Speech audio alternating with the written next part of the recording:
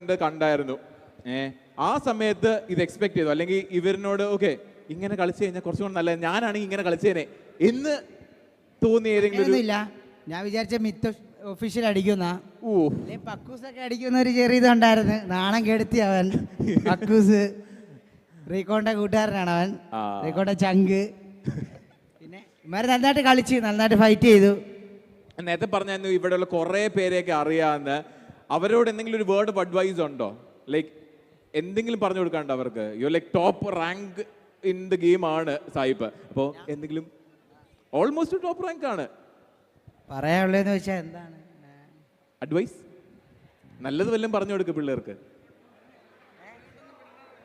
ഇതുകൊണ്ടൊന്നും തീരുന്നില്ല. ട്രൈ ചെയ്യുക, ചാമ്പ്യൻ ആകുന്നവർ, അത്രേ ഉള്ളൂ.